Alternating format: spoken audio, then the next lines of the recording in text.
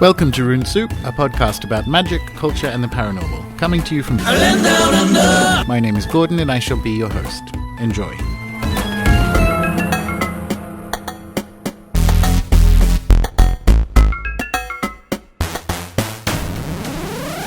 Today on Rune Soup, we welcome back to the show the internet's handsomest astrologer, Austin Coppock. Austin, how are you?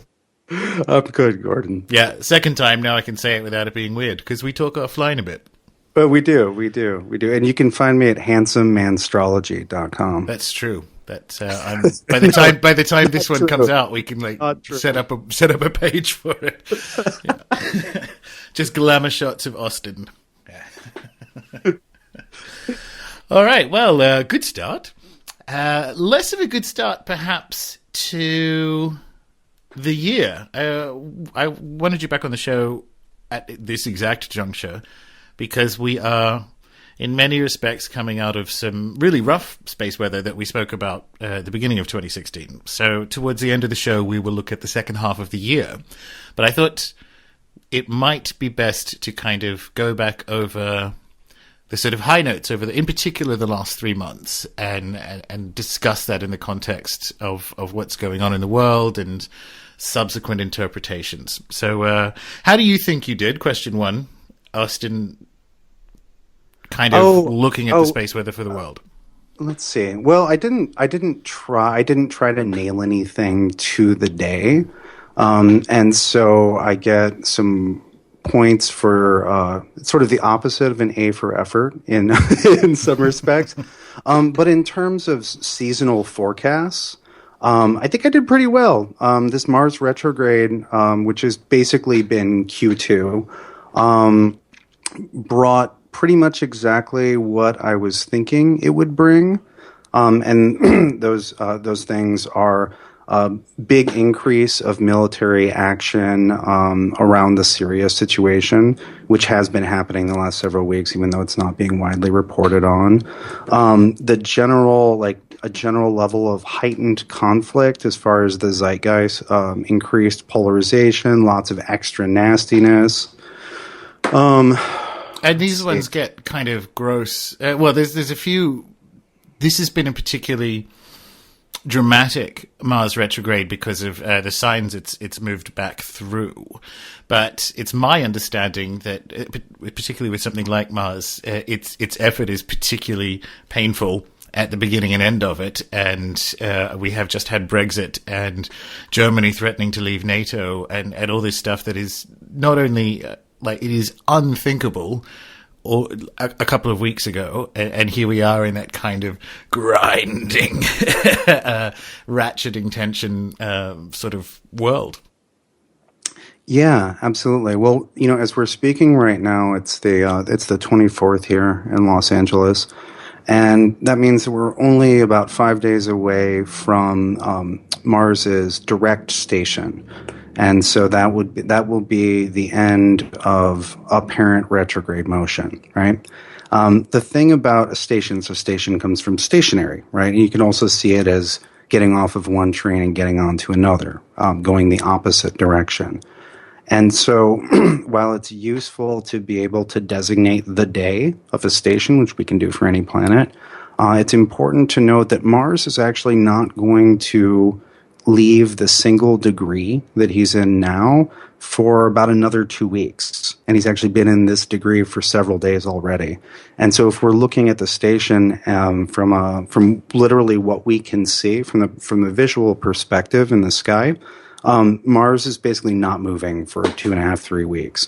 And so that's literally the period where he is stationary. And the idea with planetary stations is that when they stop, they do so to make a point.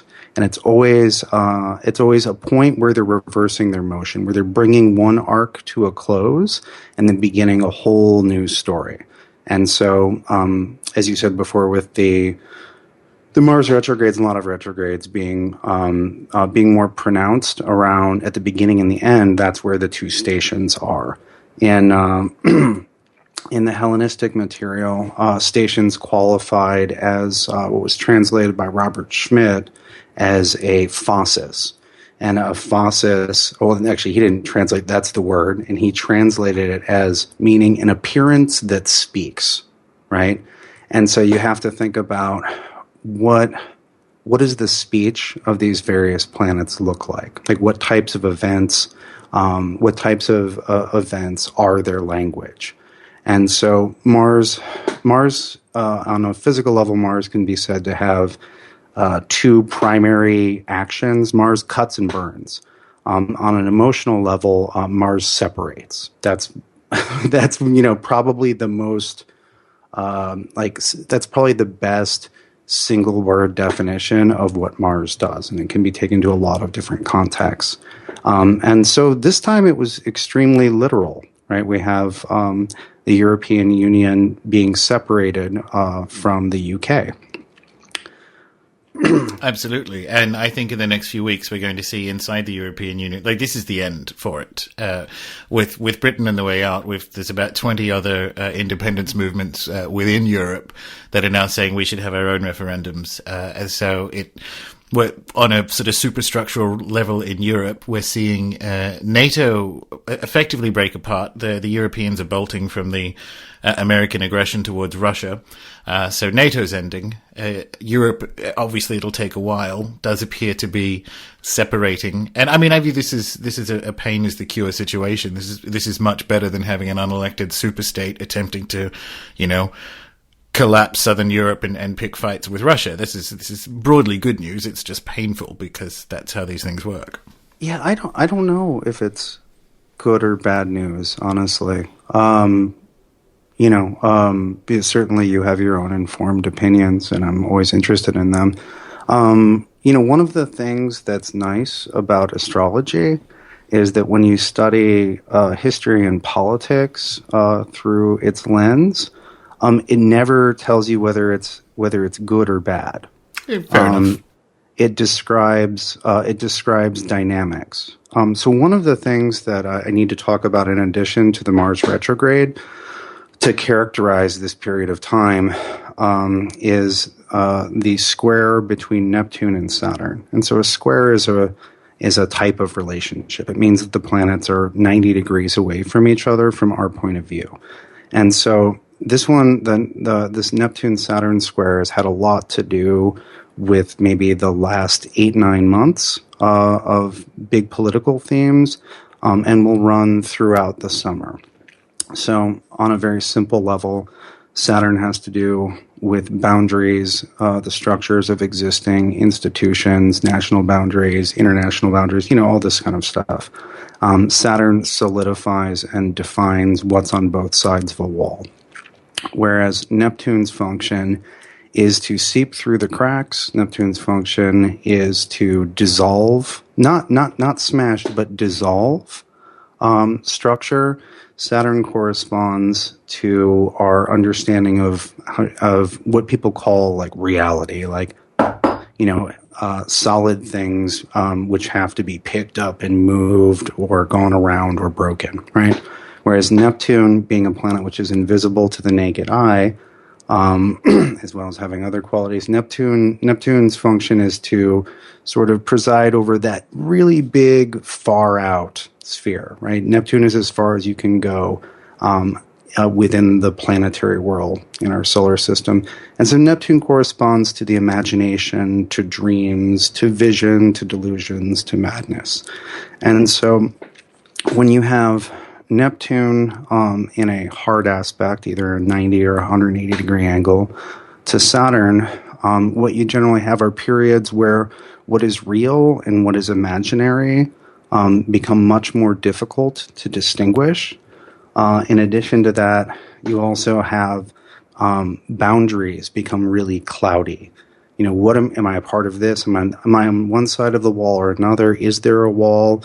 Et cetera, et cetera. And so this, because of the Earth's relationship to Saturn and Neptune, we get 3 of these exact 90-degree angles over a period of about 10 months. And so we got the first one in November of last year. And then we had the second exact one about a week ago. And then we're going to have the third one in September. And so one of the easiest ways to look at or study the Saturn Neptune square is to look at the events which came to a head around it, and the immigration crisis, and even just the idea of immigration, which is very much boundaries and their possible dissolution, as well as a variety. And seeping between them, because that's the ultimate anti-immigration fear, that the walls and the borders won't keep these hordes out. Yeah, the sort of my quick working metaphor for this is waves and walls. Yeah. Right? And I've been writing about that. And it's interesting for me visually in a European sense that the refugees are literally arriving from the sea. You know, it's Neptune hitting Fortress Europe. Yeah. Nice reference there. So that's been a theme, and it's been really easy to watch through that. And of course, those ideas of the sort of invisible dissolving force seeping into the structures people would like to keep dry and safe has made its way into a lot of rhetoric in a lot of different places in the world in a lot of different ways. You can also see this confusion between facts and fantasy very clearly in the same rhetoric. And then just to put a little bit of a positive spin on it, a maybe positive spin, or at least something that I think is interesting, is you also have virtual reality finally ready to come out in a way that's meaningful to most people. You know, we've been promised virtual reality for 20, 30 years now, 25, 30 years, and it's actually happening this year while we have this, this sort of fantasy and facts overlapping and blending and interpenetrating one another. So that's a theme which certainly has a lot to do with the Brexit situation, but it's a much larger one than just the Brexit situation. And it's one that you can see in things that seem unrelated, such as the development of consumer grade virtual reality stuff. And also, as you're saying, like it's not just Brexit. It's a structure that's underlying quite a number of political conversations. Obviously, the US, Europe. Even Russia or the treatment of Syria is essentially foreign elements, seeping or waving through. So it's interesting. So we've got another one of them in September, is what you're saying. Yeah. Right. And then it'll basically move into a configuration where it's background, but we're probably not going to have big obvious events that outline it in the same way. That makes sense. Like after, you have a few big events which will create a situation, and the situation will endure after the events themselves have faded away. But that they just create the lay of the land, and so it's not like these periods which we can time astrologically end as soon as the planets make their final configuration. But that's sort of the last time they add to it, if that makes sense. Okay, gotcha.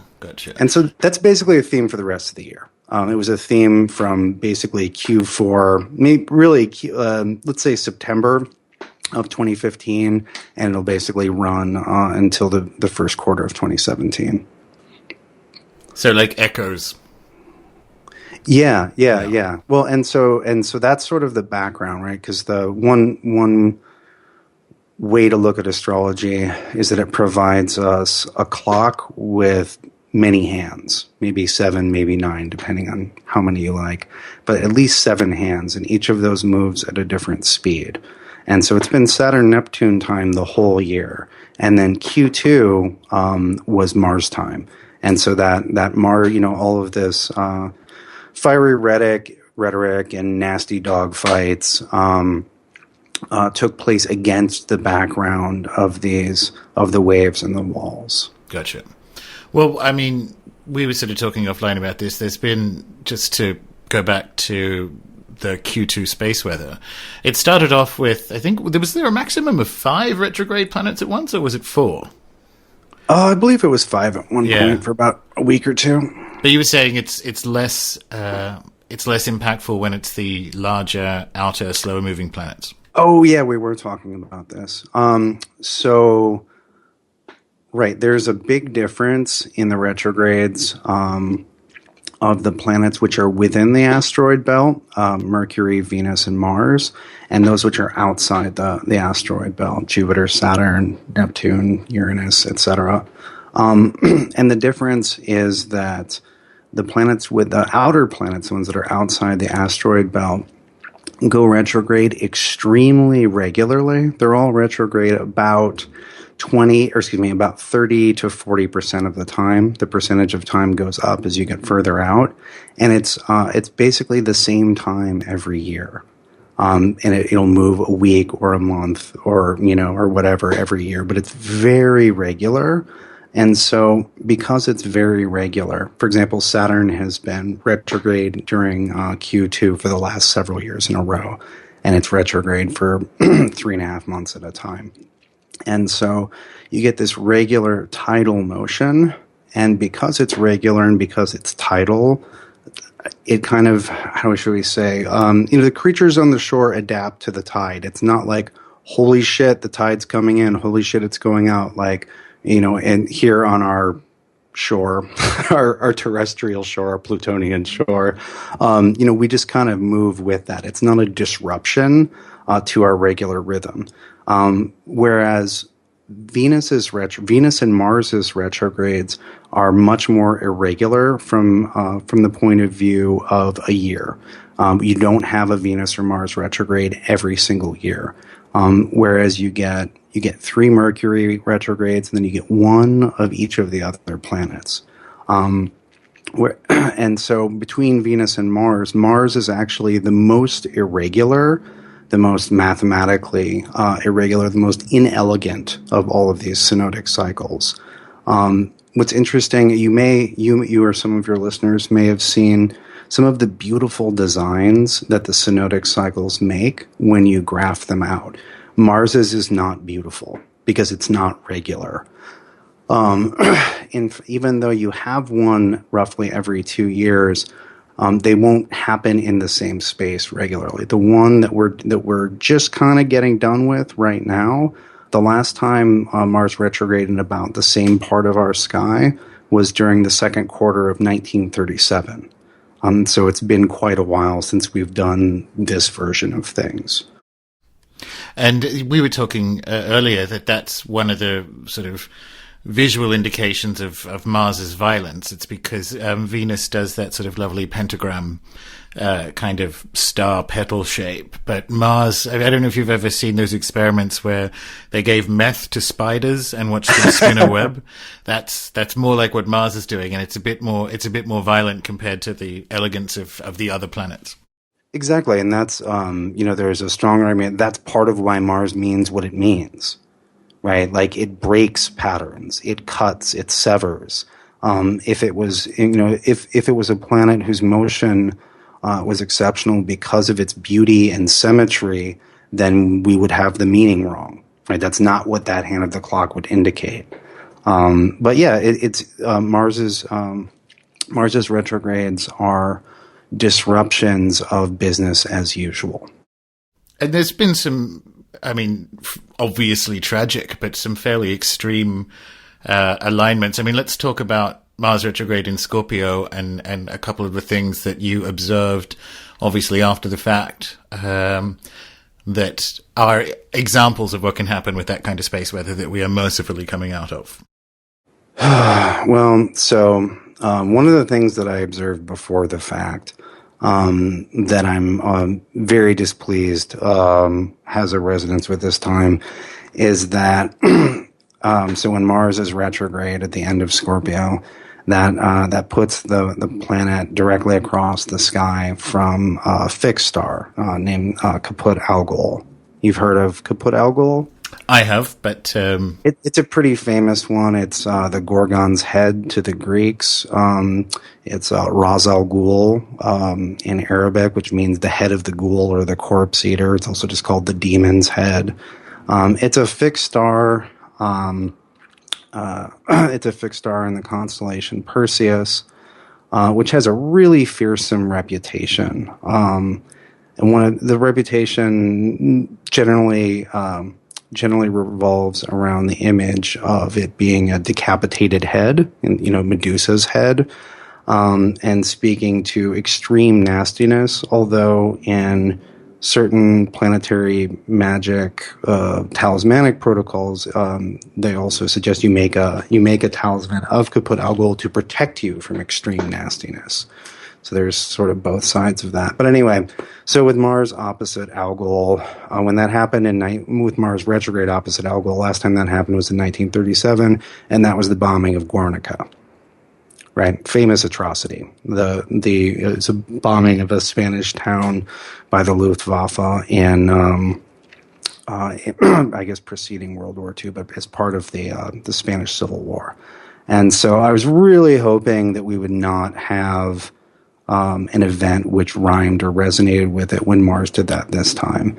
And so, the Orlando madness occurred with Mars opposite Algol this time.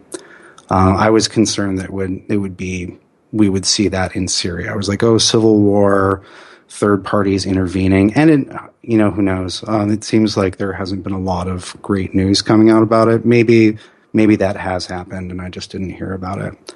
But so there's that, which is terrible.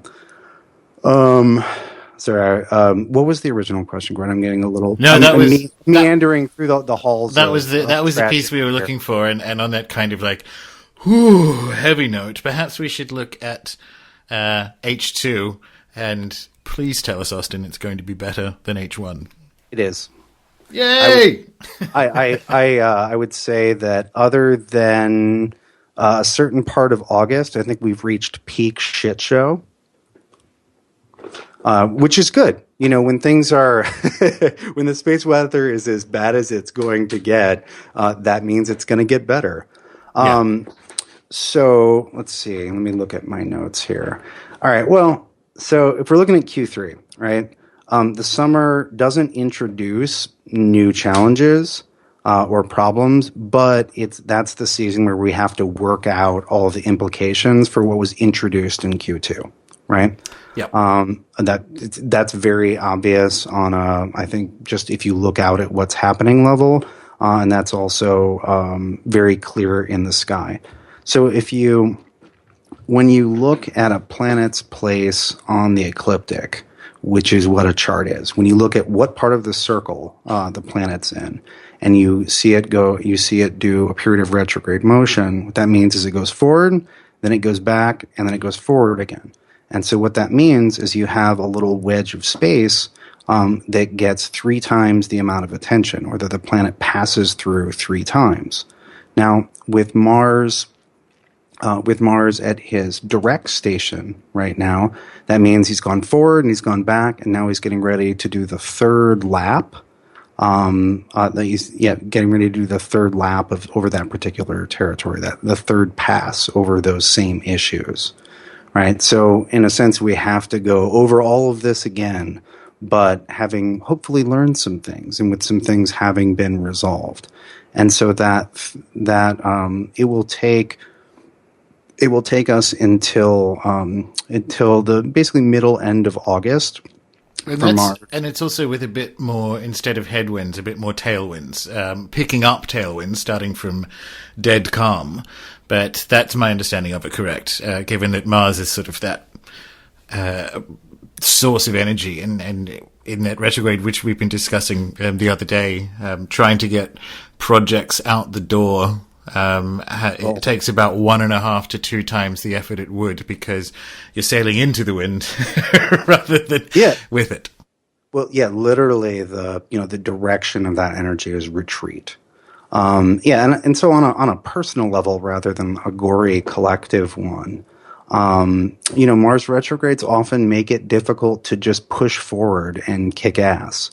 And so a lot of people will probably experience a subjective feeling of increased determination, focus, and clarity about what they want to do, and find it easier to tap into the reserves they'll use to get that done over this next 2 weeks while Mars is stationing. And then there begins a slow push forward.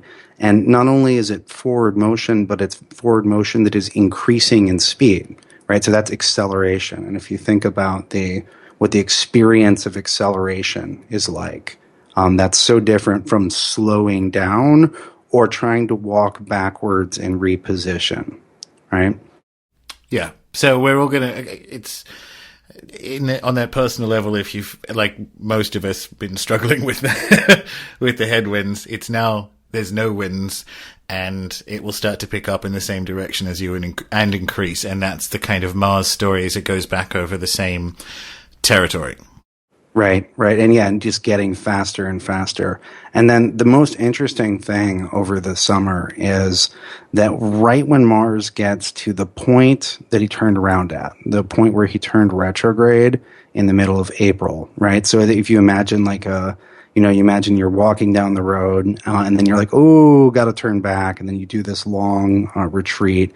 And then you're like, okay, I figured it out. I'm going to be able to deal with it this time. And then you go forward again. Then you get back to the place where you turned retrograde, right? You get back to the crossroads, which you retreated from. Exactly, or within a few days after Mars gets to that point, it just so happens that Saturn is waiting there. He wasn't there before. But you have a Mars-Saturn conjunction right there, like 3 steps after the initial retreat. And Mars and Saturn will both be conjunct a really bright fixed star. And that fixed star is Antares. And so I've been noticing it at night. If you look up at the sky and you see Mars is the brightest red thing up there. And you look a little bit to the left, you'll see Saturn. And then a little bit below Saturn, you'll see a not quite as bright red thing, which is Antares. And so those 3 are all going to come together by the end of August. And you have this Saturn, Mars, Antares conjunction. It'll be 2 little red eyes.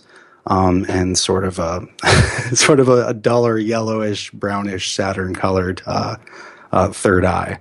And so what's interesting about that, Mars-Saturn conjunctions are typically nasty as far as the news goes. Mars and Saturn, the last time Mars and Saturn were conjunct was during August actually of 2014, and that was when the whole ISIS thing sort of exploded. Right, that's when it was all over the news. They're taking people, they're killing people, et cetera, et cetera. That was also when Ebola was all over the news. Right, so Mars and Saturn together. Mars and Saturn are in traditional astrology both considered the malefics, or planets whose significations are generally not favorable or are challenging for human beings. So we've got this, right? And Mars and Saturn together it's sort of, what is that saying about when things get tough, the tough get going or whatever? It's a hard ass, it's a hard ass conjunction. And for a lot of people, it's not going to be ISIS or anything like that. It's going to just be, I really need to, I need to bring this project to conclusion. I really need to kick some ass on this. I need to be really disciplined. And it's not pleasurable and easy. It's hard instead of soft. It requires will and effort, as opposed to, ease and relaxation. But in the world, Mars-Saturn conjunctions means bad stuff's going to happen somewhere. One thing that's interesting is that it's conjunct Antares, like I said. And Antares is a particularly martial star. It's Ant Aries or Aries. And so that's the ant is in anti and Aries as in Mars. And so that's often translated as the rival of Mars. It's because it's one of the brightest red fixed stars out there. And so it competes with Mars for crimson brilliance. And Antares is particularly associated with a specific storyline. And that storyline is a sudden and dramatic rise to power of the ambitious, and then their sudden and terrible downfall. So personally, I'm hoping that Mars-Saturn conjunction on top of Antares describes a particular scene in the story of Donald Trump's bid for the presidential office. But we'll probably see other stories like that people who got too big for their britches or who drank too deeply of the cup of hubris and then plummeted from what height they briefly attained. So it's the fall or Babel, or that's the shape of it. Yeah, well, and so it's basically the star is said to often have the qualities of Mars and Jupiter. Like it's really, it's very powerful, very expansive.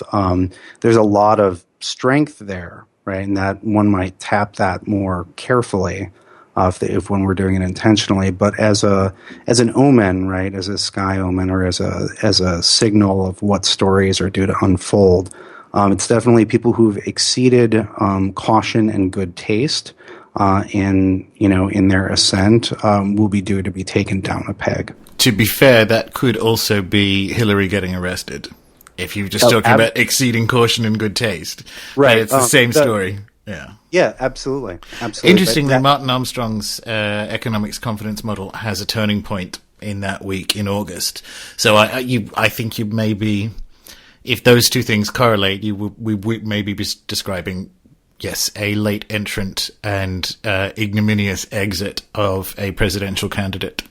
That would be wild. But at the same time, this is when you're looking, one of the mistakes a lot of people look at, a lot of people make when they're interpreting astrological information, is that they fail to realize how common or rare a particular configuration is, because common configurations cannot signify something rare, right? Yeah, that makes sense. Right, and so this Mars retrograde was a very rare Mars retrograde, right? We haven't had one of these since 1937. So we would expect relatively novel, events to unfold. And I think this like is Brexit. I mean, that's going to break the world, Or like Brexit, from on a smaller, sort of within a smaller national scope. This has been a very unusual presidential primary race here in the United States.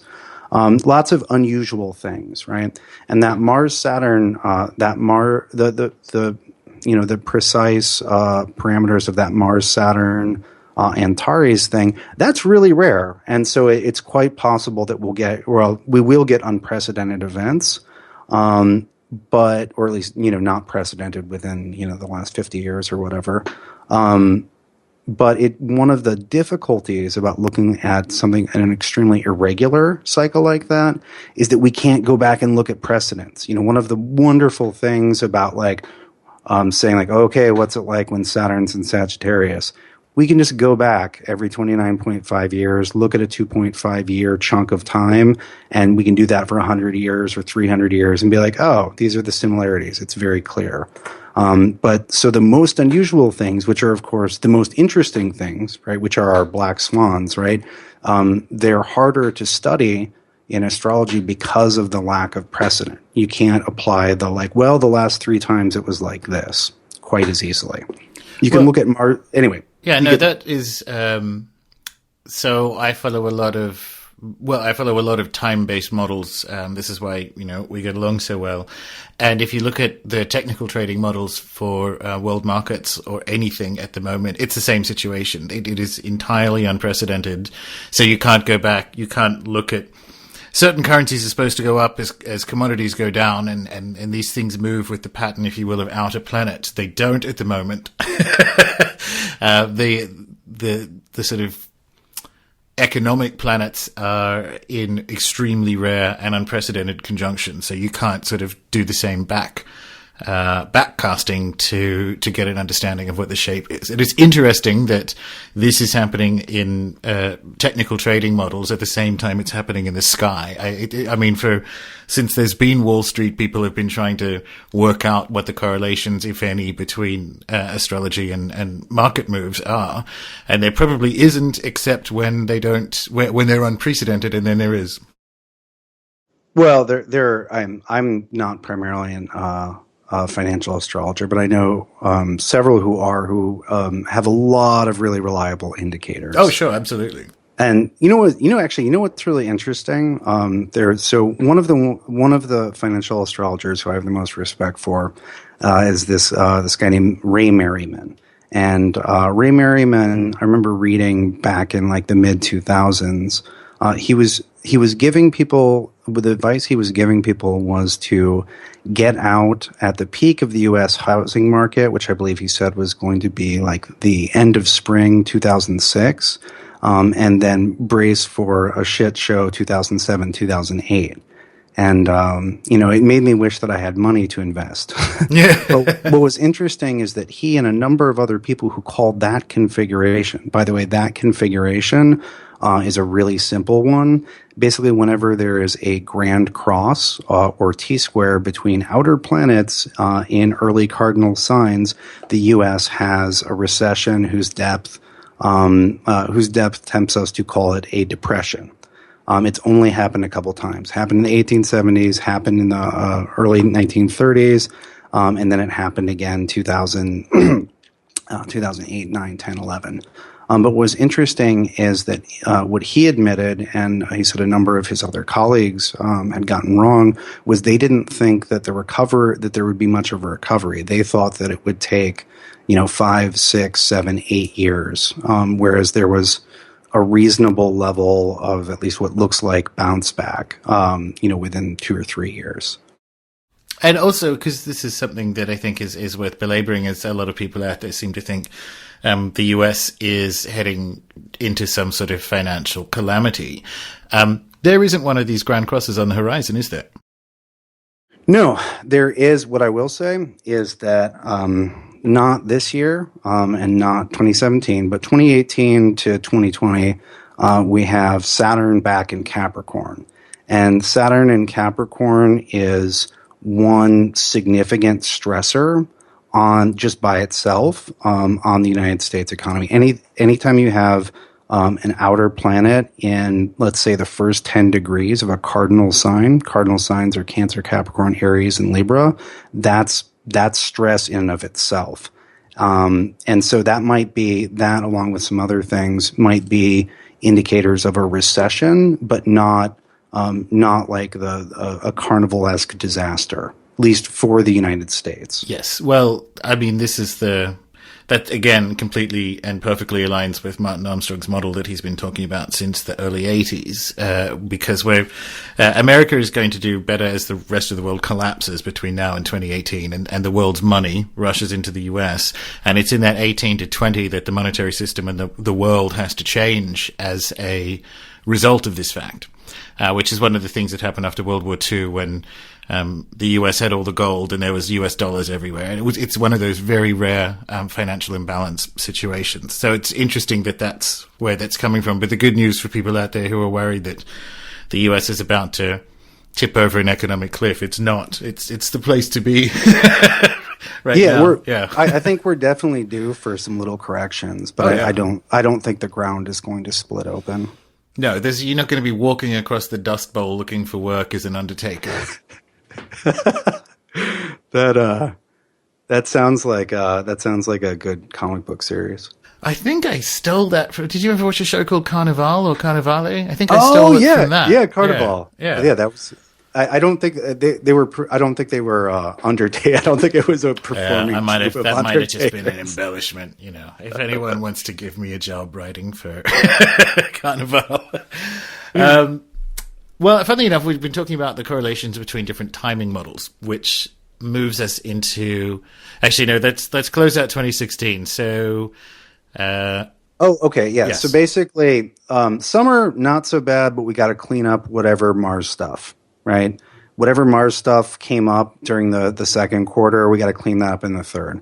And so in my client work, people are like, and I have to sue this contractor because they didn't do the work and they took the money. Or I'm getting divorced and we have to finalize the paperwork. Or, et cetera, right? There are a lot of different ways a lot of different types of conflicts which came out of that for different people. And so if you've got unfinished Mars business, you're going to have to finish that over the summer. but it won't be a surprise because it's already come up, right? It'll only be a surprise if you if you pretend it didn't happen. So there's that, but the summer's not so bad. Other than that, August has Mars and Saturn co-present or in the same sign, and so people are probably going to experience that as a lot of deadlines. Like, oh, it's actually got to really be done now. There's a nose to the grindstone flavor about that. End of August, we actually get the Mars-Saturn conjunction and on Taurus, and that'll be interesting. That'll be really, make sure to tune in for that last third of August.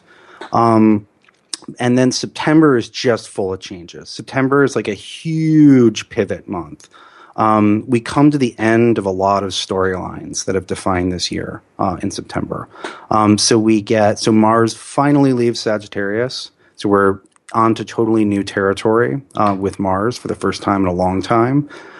We get the last Saturn-Neptune square, right, which is the final installment in this terrifying and depressing and confusing conflation of facts and reality, the waves and the walls, all this stuff, right? We get the last installment, event style installment of that series. We get a nice solar eclipse. We get the last solar eclipse in tropical Virgo. Eclipses just in addition to doing specific things, eclipses move things along. They speed up the pace of change for the lunar cycle that they are a part of. And we get a Mercury retrograde in the middle of that just to get things just to help with sweeten the it a rearrangement. bit, ha cha cha. Let's make this more difficult. Well, but the Mercury retrogrades are sometimes it's just chaos or disorganization, but a lot of the times the Mercury retrograde indicates that things are mutating or changing. And that if you expect them to be the way they were previously, or if you attempt to slow down the transition period in order to keep things in a knowable stasis, you'll be really out of sync. Because things need to change sometimes. Oh, sure. But you don't think looking at the other sort of the rest of the space weather, it's not going to be a whole lot of tags being switched on babies in hospitals and that kind of communication as this unwinds. No, you're probably right. I suppose I've been thinking about it from my perspective. I'm like, that's going to be nice to get done with all that, have a nice little Mercury retrograde to guide us on the twisting tunnels through that transition. And then one more thing, all in September, again, it's a big transitional month, is Jupiter moves into a new sign. Jupiter spends about a year in each sign or each 12th of the zodiac or sky. And so it'll be Jupiter in Libra. And that's actually something I'm really looking forward to and should provide some pretty pleasant space weather for the fourth quarter. Jupiter, there are two things that have not been good about Jupiter over the last year. One is that its position in tropical Virgo is considered to be one of the hardest places for Jupiter to do his thing. Jupiter provides optimism, faith that things can be improved or will work out for the best as far as its contribution to the zeitgeist. If the position of Saturn in the sky speaks to what are the questions of this period of history, Jupiter offers answers, right? And ideally, answers are bold and inspiring. In this case, we've had Jupiter in Virgo, where the answers are Virgo refers to the sort of granular level of things. And so a lot of the answers that we've been getting are incremental and granular. And whether or not those are going to be effective, they are certainly not inspiring to people en masse. And so we have Jupiter we have Jupiter in a place where he's considered to have a hard time expressing his essential significations. Furthermore, during this year so far, Jupiter and Saturn have been in a square configuration, a lot like Saturn and Neptune. And so that square is analogous to being 3/4 the way through a lunar cycle, right? When you go outside and you can see the moon is exactly half full and it's waning, that's basically the point in the Jupiter-Saturn cycle that we're at. And that's a 20-year cycle. and that is the most important cycle, hands down, in traditional astrology for figuring out what's going to happen in the world. So basically, we had our last cycle and its themes got planted in 2000, and we are almost exactly 3/4 the way through that storyline. And I think it's pretty clear that almost all of the themes that we're dealing with now were present in seedling form in 2000, 2001, 2002. Yeah, it's financialization and the fallout of the war on terror. Yes, exactly. And not solving, but drawing over the next 5 years, having those dual storylines, and they are intimately intertwined. Yes, absolutely they are. Yeah, having them wind up in 5 years again kind of lands with Martin Armstrong's phase transition, which is where the world is looking at a completely new monetary system and thus governance system, not in the sense of like a new world order, but the way the world has been run will end around that time, and it's actually good news. And so there's something, there's something really interesting about this cycle of Jupiter-Saturn conjunctions. So just to be clear, you get a new one every 20 years, and it's like the seed narrative for the collective, right? Now, when you track these guys, they keep happening in signs of the same element for 220, 240 years in a row. And so we've been having Jupiter-Saturn conjunctions in Earth signs since the beginning of the 19th century, right? And so it's all Earth. It's all about the transformation of the material level, right? Whereas we get the first of hundreds of years of Jupiter-Saturn conjunctions in air signs at the beginning of the next decade. So we're literally starting a new couple 100-year cycle of space travel, a space-based economy. Yeah. So what's interesting about that is that around the borders of these, around the borders of one of these big couple 100-year transitional periods, you'll get one that's a little bit early. And so we actually had a Jupiter-Saturn conjunction in an air sign in Libra for the 1980 to 2000, right? And look how great it seemed like we were ready for the future, right? No more Cold War. We've got the internet now. Isn't it lovely? And then boom, we get the last Jupiter-Saturn conjunction in an Earth sign in 2000, and we just all get dragged back into the shit, right? And so that like 1980 to 2020 period is sort of mixed present, and it's sort of mixed past and future. But we move on to the next couple 100-year cycle in earnest in 2020. Very interesting. It's really, and so that theory of Jupiter-Saturn conjunctions and watching the consistency with which they occur in signs of a particular element, that goes back to 8th, 9th century. And it's so elegant and sophisticated and simple. And it's just watching those two planets in relationship to each other. Well, that is a really good point to move to one of the things that kind of made me realize we should definitely do another show, which is essentially talking about astrological magic and using like astrological magic being timing more than it is kind of like pushing or bullying one of the hands on a clock and kind of ignoring the rest of the clock face. Because and this is kind of, hopefully by the time this is out, I will have had the video of my presentation Campfire's Edge up on Rune Soup for people to watch. Because one of the things that fascinates me about Martin Armstrong is that he kind of reminds me of a richer Terence McKenna or even a William Butler Yeats. You have these kind of very smart people who have recognized that there is some kind of rhythm or pulse to the entire universe. And I love the fact that this sort of mental image of Terence McKenna sitting down, this art historian, at an Apple II GS in his house to try and work it out, which is adorable. I mean, Martin Armstrong spent millions on it, and Yeats was a poet, so he's very lyrical about it. And astrology for me is the persistence of an awareness that there are rhythms to the universe, and kind of, which is why it sort of refracts differently in different cultures as the way they measure or assign value to those rhythms changes over time and over culture, because that's what happens. But underlying all of this is that notion of timing. It is a game of timing rather than the special powers of. It's about the clock face rather than the hands on the clock.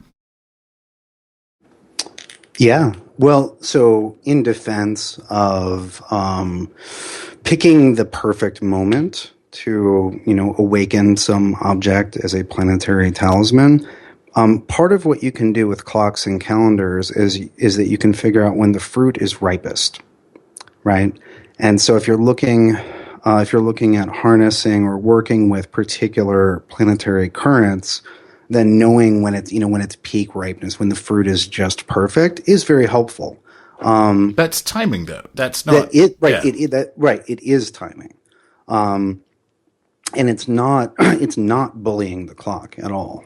No, right? Exactly. It's actually being, there's a passivity to astrological magic that differentiates it from a lot of other kinds, because you might be able to make your badass Saturn ring, but you might have to wait 30 years for it. And once you have it, you have Saturn's fruit, which is, I don't know, maybe the title of a upcoming novel.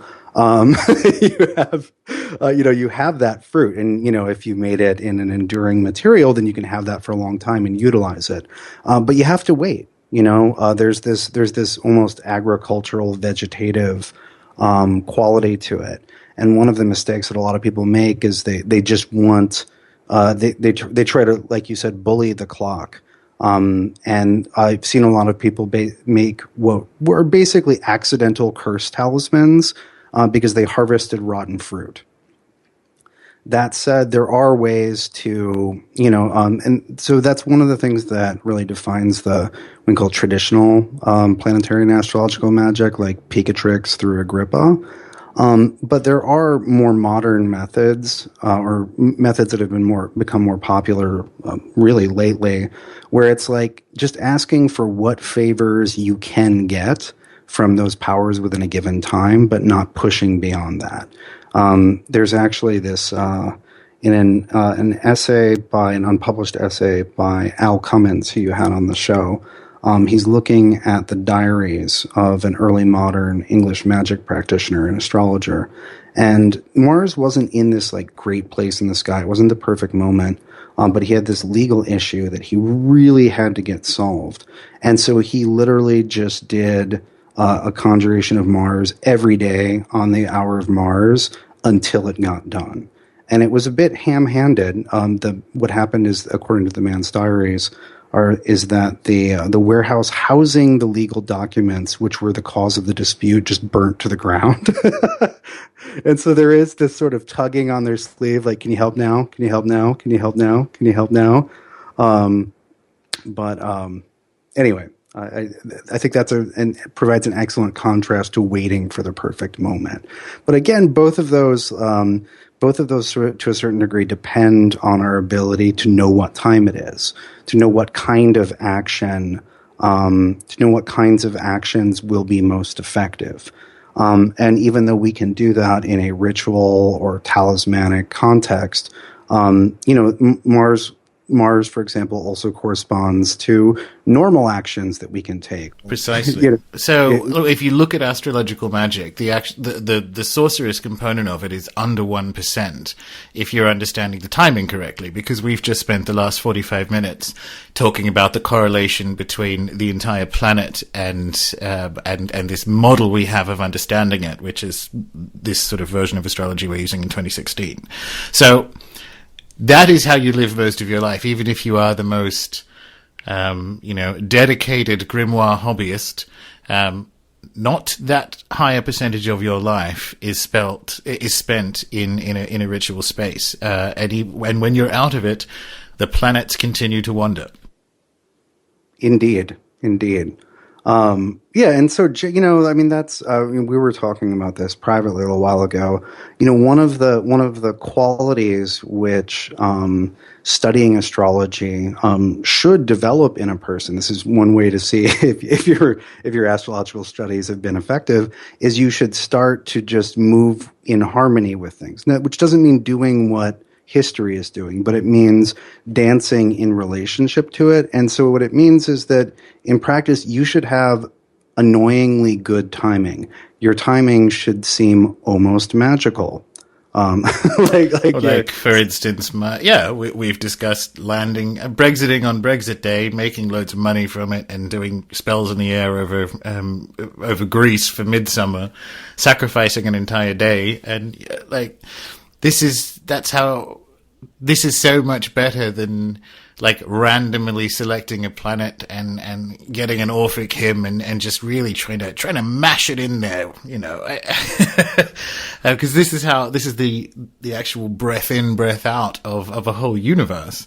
And there's something, I mean, you said agrarian, I sort of pictured in some sort of Orientalist crouching tiger, hidden dragon, bamboo forest fight. There's an elegance of moving with the rhythms or letting them move you, and it's a really almost Eastern notion of when to push and when not to push.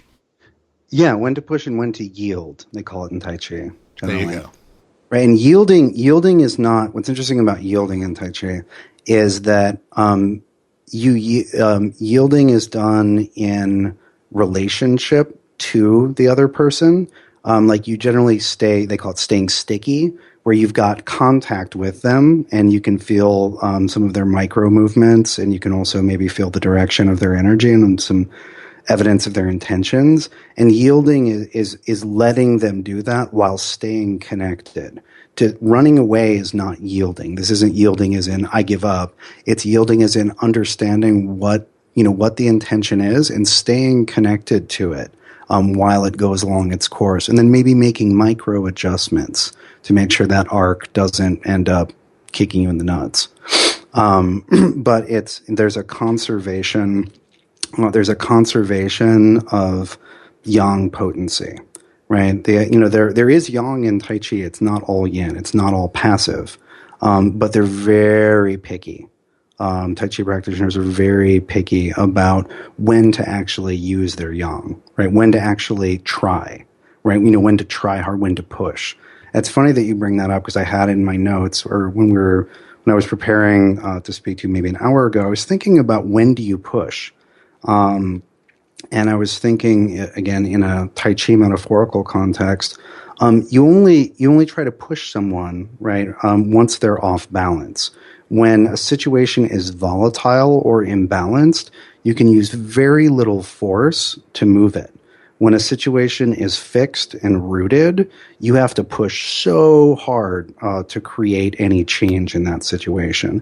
And so I think that kind of speaks to the opportunities which arise during periods of volatility, and how you can, one of the Tai Chi axioms is move 1,000 pounds with 1 ounce of pressure, or move a ton with a feather. Right, and that opportunity is only there at particular points in that dance. Right, you can't just.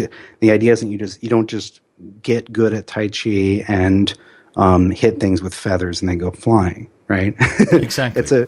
It's about understanding that relational dance and the point where you can have the maximum effect with the minimal effort. Well, that also speaks to which planets. I love that metaphor. That's extremely helpful. That also speaks to which planets are available to push more often, and it's the ones inner rather than outer. You were just using the Saturn ring as an example. There aren't as many times, it's my understanding, where these things have that, to continue the metaphor of being off balance or knocking it with a feather. The inner ones bounce around like billiard balls a little bit more. Oh yeah, I mean, if we locate ourselves at the asteroid belt, if we go out, our first planet's Jupiter. Jupiter takes 12 years to ring the sun, right? We go in one, Mars takes 2, right? And so, it's just a world of difference once you're inside the asteroid belt: Mars, Venus, Mercury, and of course the Moon. And so, even from a traditional talismanic astrological magic model, the opportunities to harvest the ripe fruit, come much more often. Those are planets that bloom every year, and with the Moon, sometimes twice a month. And so that's where you get into timing, just like the best day within the month, or like the easiest day to make a certain thing happen. And sure, you could do it 2 days later, but it might cost you twice as much energy. Yeah. And so this is again, this kind of goes back into the Taoist laziness model. And for people who don't know, I've been involved in Taoist martial arts for about 16, 17 years. Very avid practitioner. One of the chief sort of, how do I put this? One of your chief goals in most Taoist arts, one might say the great art, is to keep your energy. Is to keep as much of it as possible, and to be, it might look externally like laziness, but it's actually just spending extremely wisely. Not pushing, not expending yourself, not expending your life force for poor returns, right? And this is really a model for dancing with time and with history in such a way that you get to keep playing, right? Because in a lot of the Taoist stuff, the idea is, sure, you can push really hard and use all your energy up. There's this idea you kind of have like the amount of energy you were born with, or your prenatal chi. And you can blow that all in 30 years if you want, right? Or you can be crafty with it and supplement it with other things, and be discerning about what you spend yourself on, and, make it to 100, 120. Yeah, I like it. But I'm not Taoist, but I am certainly lazy. And the principles are universal. Well, they are. And it seemed to me that they're like, I like that push thing. Even if you're after something, because this comes back to people persistently misunderstanding what the fuck I'm talking about with Jupiter. Even if you are standing in the asteroid belt looking in, and you have something that would, like, there are more than one way to skin a cat. And so if you have weak points or push points more regularly inside the belt than out, you're going to get to your results faster. Because you have that slow tidal ballet on the other side of it. And yes, there are a couple of moments moving into Libra coming up this year where there are opportunities to do something with it. But beyond that, people are kind of asking a river to go somewhere it doesn't want to go. And I think astrological magic on a macro level is about timing, because that's really the only way you can model it and say it works, because it's doing that to the whole universe.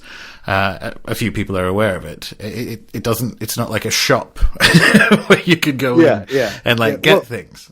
Well, I think some of that that shop approach, or the forcing the hands approach, in part is adopted by people to preserve their sense of individual empowerment and sovereignty against the fact that there are hands of the clock that are entire worlds in and of themselves. Your magic as a human being is not as good as the magic of a thing that is 50 times the size of the Earth. Right? Yes. And so we get a little nervous when we start thinking about things that we really don't have power over. And so we start doubling down on just how awesome we are. It's not the only reason for people to take that position. But I do think you're that describing a persistent mega-scientist challenge inside Western occult circles, which is that you could psychologize it to being a death fear, or something to do with your father having a bigger penis than you, or something. But there is this really kind of backroom IT manager, INTJ attempt to deal with the cosmic horror of that you're just not that important, and you're not. Yeah, absolutely. And that sometimes you have to yield. And I just wanted to, two things. One, even when it's time to yield, like I said before, like in Tai Chi, you stay sticky. You stay connected to your objective even while you're yielding to it. You don't turn around and disengage. And so the ability to be yielding to something when really you want to push it. But what you're doing is you're yielding and waiting for the time to push. And so people either want to push or go do something else. But like learning to stay connected, to stay sticky until you have your moment requires a level of patience. It's a little counter instinctual or counterintuitive. Well, yeah, for heterosexual males it is, because, I mean, Dr. Hyatt noticed this as well. There is like a... you find it with straight men, less so with gays and women, because yielding is feminine, and I like the contact with the objective. It comes back to that emasculating INTJ. I need to be the king of the universe thing. You're so right. And so for me, I have a lot of words about this because this was really hard for me to learn. Yeah. But, I had to study for years to even be able to identify this as a legitimate move in the dance. But yeah, you're probably right. It's related to my position and condition. Well, you've got through it with, or your Tai Chi Eastern stuff, where they actually have the words in the language, and it is not emasculating to yield. It is not womanish, to do so. I want to share one of my favorite terms that's used in the context of Tai Chi and some other Chinese internal arts. And so one part of the word is jing, or jin, and jin is like a power or an ability, right? And then there's one thing there's a particular kind of jin which you're supposed to develop in Tai Chi to be any good, and it's called tingjin. And tingjin means listening power. It's your ability to, while you're connected, while you're sticky, it's your ability to listen to what your opponent is intending, right? And I don't think we, as a culture, and certainly my particular gender and identification within this culture has the hardest time with cultivating listening power, and that's literally something which you can work on. It's got a name. It's tingjin, and cultivating that listening power is what allows you to know when the kairos, when the fortunate moment, the fortunate but fleeting moment appears, and allows you to grasp it. But you have to be able to listen. You have to be able to yield to get to that point where you push a little bit and somebody goes flying across the room and it looks like you have superpowers, but really you're just patient, right? Yeah, I'm going to have to think on that. I really like that. And I like that it is something you can cultivate, and there's a word for it. And I like that sort of powerful listening idea. That's very Chinese. That sort of really intelligent and wise optimization, Yeah, well, and I think, at this stage of globalization where there are more and more titanic forces pressing or pulling on people, on people's individual lives, knowing how to yield to when the toe of the Titan falls on you. You're not gonna, you're not Hercules. You're not gonna pick it up by its toe and toss it across the universe, or toss it across the world. Exactly. Yeah, in a sense, it's like this period of history is like Titans. It's Titans gone wild, right? Like giant, technologies stomping around, and global flows of capital are like. It's like a 500-foot tall Terminator from Terminator 2. It's like it's absolutely Titans, and we're dealing with a global Cold War where, I mean, I know people don't like hearing this, but it keeps coming out in the news anyway. They're using super weapons that we don't think exists. There's crazy shit going on. It is like. Yeah, it's a titanic battle, literally. And this is what appears to happen just thinking about that Saturn-Jupiter thing. You get this at the end of eons, where we're gearing up to probably be space raced, to be a space race. And that journey begins, if you see it's a multi-century one, I would suspect from 2020. If you look at what we've just been talking about. So we've had two centuries of industrializing the Earth, and then we move into Libra, or into air rather, and we're literally going to industrialize off planet. And this is a digitizing the skies. Exactly, and this is a massive repositioning because we're at the pointy end of that. We're in the last 4 years of it, last 3.5. It's the middle of 2016. Yeah, absolutely. There's I don't know if we talked about this last time, but when people ever ask me about like Age of Aquarius or, big Aeonic 2,000-year things, I always tell them that we're in the bardo between ages. We're it's that place between death and reincarnation. And if you look at Tibetan accounts of the place between lives, it's very unsettling and hallucinatory. There's a churning of all of the past and many possible futures, and you see all the good, you see all the friendly gods, and you see all the mean gods, and you're not sure what to do about it. And so we're in this sort of Aeonic or historical bardo, I think. Well, for people who enjoy chaos or watching worlds burn, it's kind of fun to have a front row seat, I guess, Well, back to an earlier point, like when do you push things? When do you push on things? When they're volatile, right? There's that whole, every crisis is an opportunity. But that's, it's kind of true. It's kind of true. It doesn't mean that your life should be chaotic. No, and right? it doesn't mean you get everything you want from the shop, but the opportunities are like unto nothing other generations have ever had to play with, rather than, have. We don't get the stability and all that kind of stuff, but we certainly get novelty. Yeah, it will end. Yes, we get novelty and a tremendous amount of information for whatever.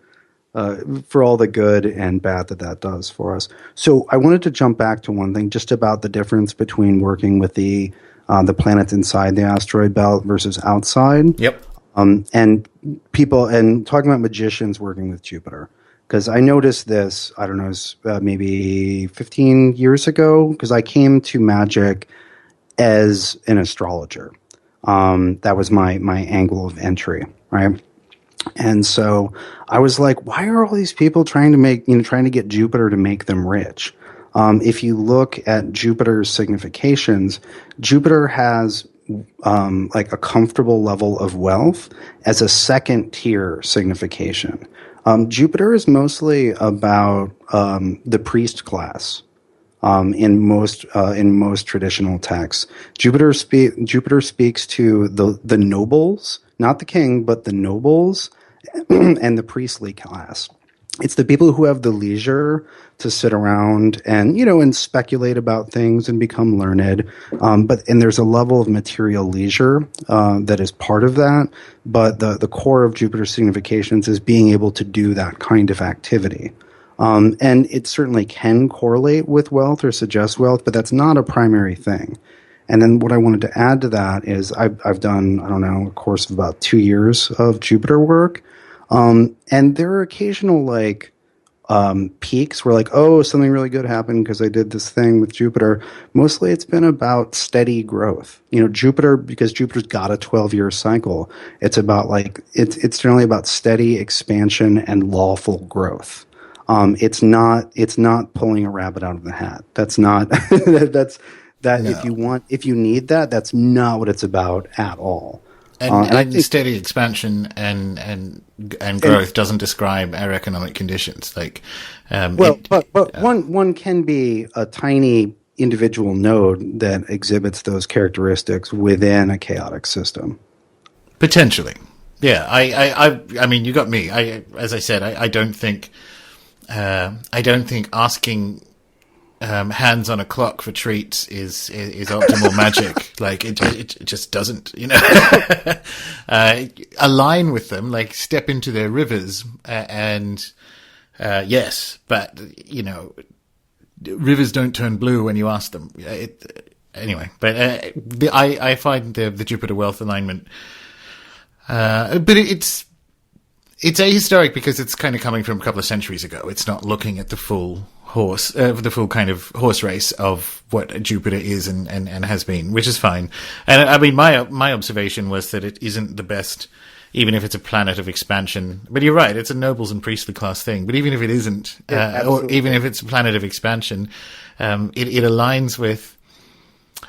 For it to expand, the economy has to be something that's fully understood, and say the Roman economy was war and agrarian, but ours isn't, and we have collapsed cities and teenage billionaires, and the dynamism in this transition period means that sovereignty over opportunity doesn't belong with Jupiter. That was what I've been saying all along, rather than I'm anti-Jupiter. Oh my God, it's like you don't get anti a clock face or a clock hand.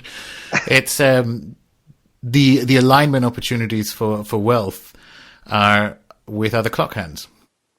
I think that's a good point. I followed with great interest. You and Jason exchanged some blogs about sort of Mercurial versus Jupiterian modes of navigating economic realities. And there were some other people who threw in on that, and I really enjoyed that. And I actually wrote a response to all you guys and then never published it.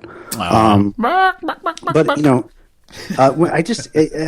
very it doesn't matter. At least it's just going to reactivate it again anyway. I was 3/4 done, and then everybody had stopped talking about it. And I was like, fuck it. I'll talk to Gordon about it sometime. Yeah. Well, the good news is I'm sure this will come back. Yeah. So just a few simple sort of structural points. One is that Jupiter and Mercury's functions are opposed. They rule the signs that they rule in the zodiac are opposite one another, and they are opposite for a reason. They are also opposite in physical size. Mercury is the smallest planet, and Jupiter is the largest planet, right? And so Mercury is small scale. Mercury is like little. Mercury is sort of inside of things. Mercury is also a solid planet. You could stand on Mercury, assuming you could stand the temperature. But it's a discrete, concrete surface. With Jupiter, there's nothing to stand on. With Jupiter, you're either inside of Jupiter or you are not inside of Jupiter. Jupiter is gigantic, and it's big, expansive. Sort of, how should we say, a global perspective, right? It's sort of like in the big scheme of things. And that can be extremely helpful. But as far as getting from A to B, that's how when I have to teach Mercury in one sentence or less, it's getting from A to B. It's connecting the dots, whether they're the dots between meaning and language or from this bank account to another.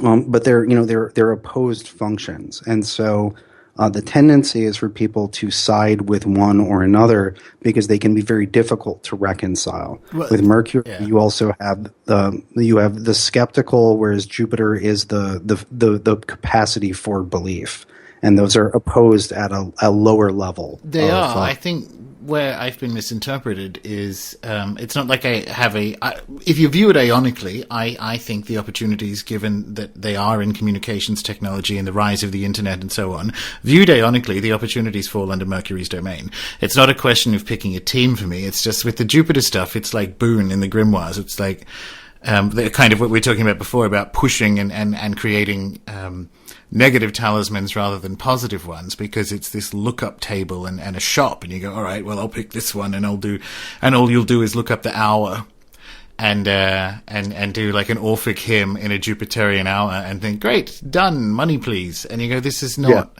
it's like, as we just said, money please. Yeah.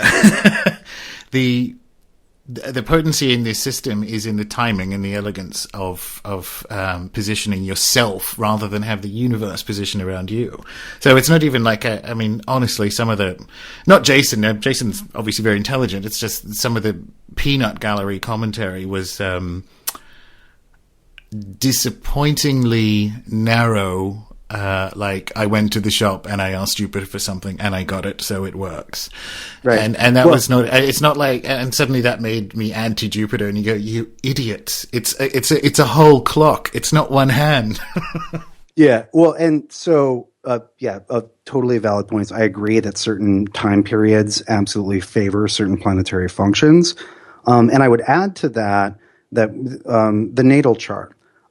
We are not, even though everyone has every planet in their natal chart, people have planets whose blessings they reap very easily.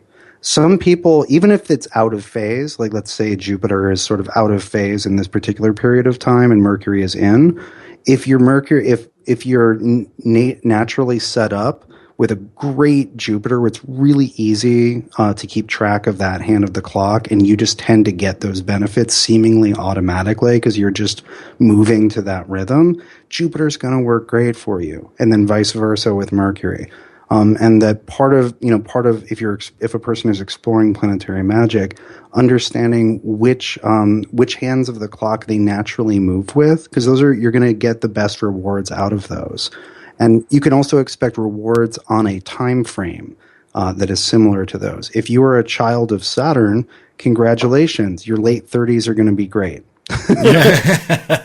Okay, you've just said something that I think is really useful for people who are looking to, I don't know, participate in the dance or to actualize it. So, what is like the best case way of getting a natal chart done in that respect? I mean, this is something you offer as a service. And what is the worst case / cheapest way of doing it? Like, do you have recommended astrological software for people who are passingly interested, and scale that up to best case is do this and then do that? So let's give them some practicals, because I think that would be, rather than having the peanut gallery sort of re-echo their same points again. I think if we can kind of direct it into going, okay, here are some practical steps, and go and do this and see what happens. Okay, so one of the best free resources in astrology is literally astro.com. And you can go there and you can create an account for free and store up to 100 different charts. It's really accurate. Most astrology software that you can buy, even like the $500 software, actually licenses the Swiss ephemeris from astro.com. So it's as accurate as it gets. It's free. You can look at charts there. Another one of my very favorite free resources is planetwatcher.com, and it just shows you where everything is right now.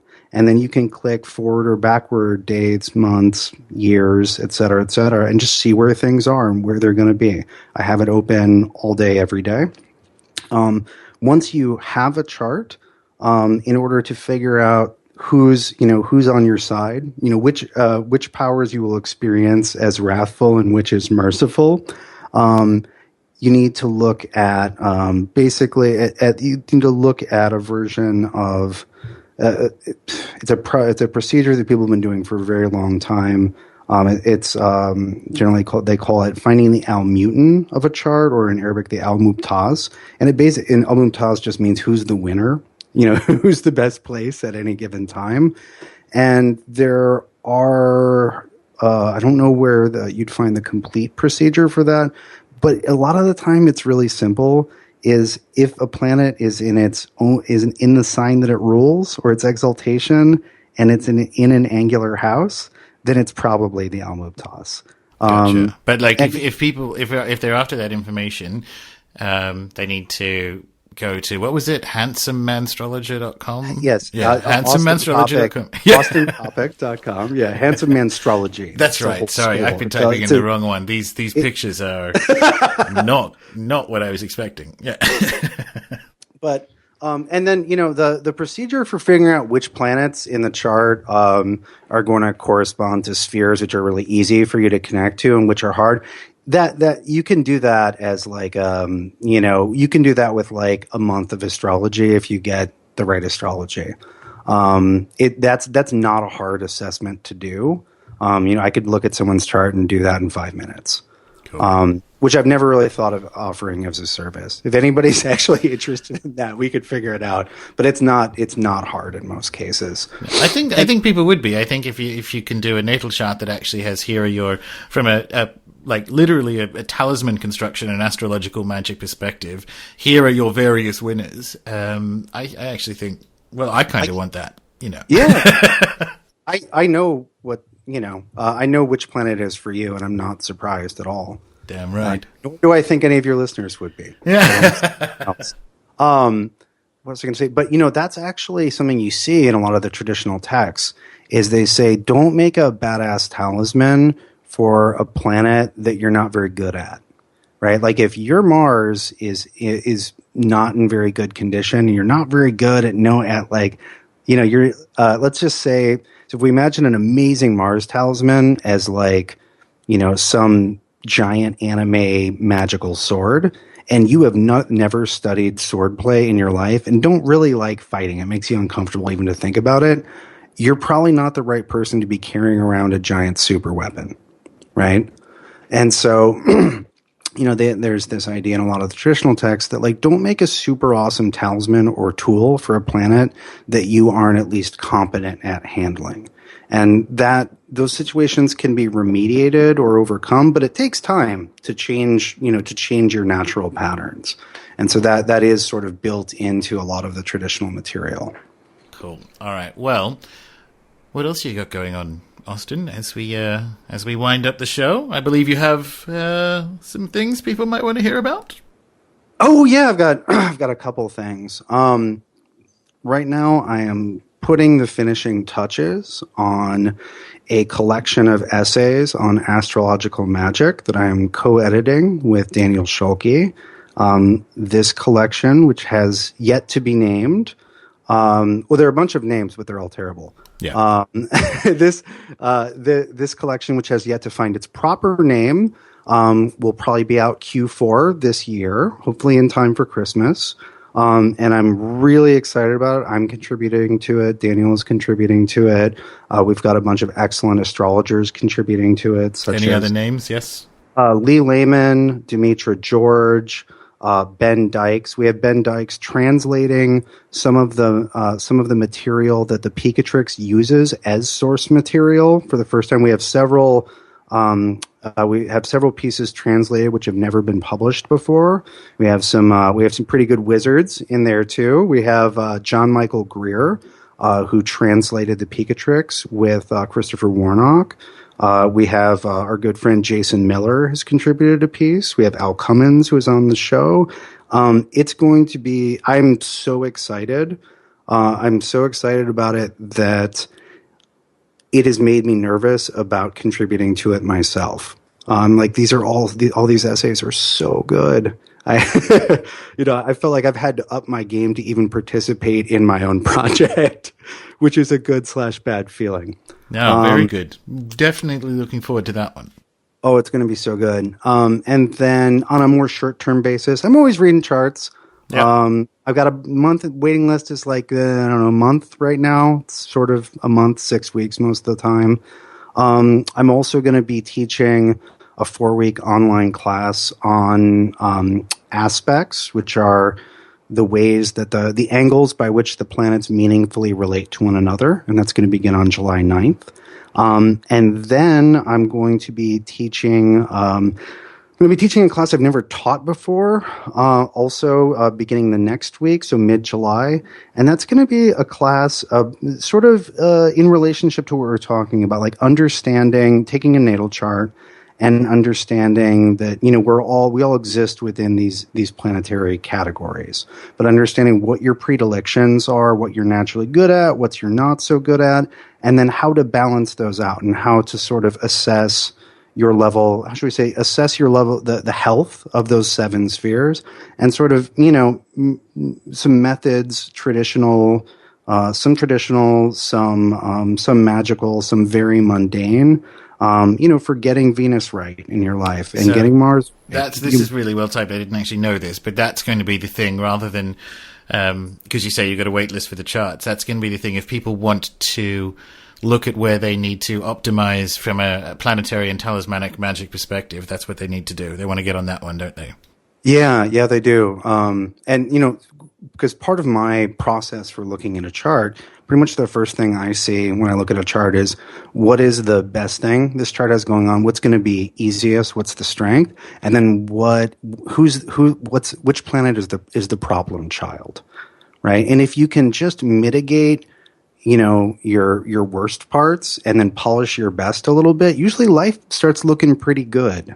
Yeah. If you can get out of that cycle of your flaws undoing your victories and then coming out even, if you can just mitigate the most unbalanced sphere so that it doesn't interfere with the good, you come out, you start getting really net positive. Well, and that so, is. I'm sorry, I'm running up against time, Yeah, but yes. let's end with this is how your life gets better, and end on a net positive. It's like, okay, you balance out your crap bits. Exactly. That's brilliant. I know. I like that. I genuinely didn't know that was coming, because I thought that's an opportunity, because we've discussed this offline a bit, that yes, people who have a weak Mars, going after martial stuff isn't best practice. And I think if people are performing magic in a group or a part of a magical group, it would be useful for everyone to kind of know what their X-Men power is, so that you do kind of cover more of the sky when you need these things. Yeah, I mean, it's just at this point it's hard for me not to regard it as just basic, something everybody should know. I can't imagine not knowing that stuff, and I've actually been planning this class for a long time. I gave a presentation, I don't know, 4 years ago, sort of about this, but because it's not just like straightforward technical information, I've been kind of squirmy about it. But I don't know. When I taught my planetary magic class last month, I was like, no, this is sort of the underlying paradigm which a lot of this stuff pings, and I need to actually put this together into actionable and listenable material. So Yeah, excellent. Well, it sounds amazing. I think people should be all over that. And Austin, thank you very much. The year's going to get better. People can get better. It gets better. I didn't say the fourth quarter looks really nice. By the way, Yay! Happy quarter Christmas. looks really nice. Yeah. All right. Well, thank you so very much for your time. This was, as ever, fascinating and very useful and intelligent. Yeah, it was a pleasure. Thanks for having me on. Things can only get better. That's the H2 story of 2016, according to our guest, Austin Coppock. But we also got aspects, astrological magic, key differences between inner and outer planets, and some expert advice for getting your own eye in with all things space weather. You know the drill. Please do subscribe if this is what you're into, on iTunes, Pocket Cast, Stitcher, or on YouTube. Comment on the blog at runesoup.com or the Rune Soup Facebook page. Or find me on Twitter, where I am Gordon, Gordon_White, WHITE. Until next time.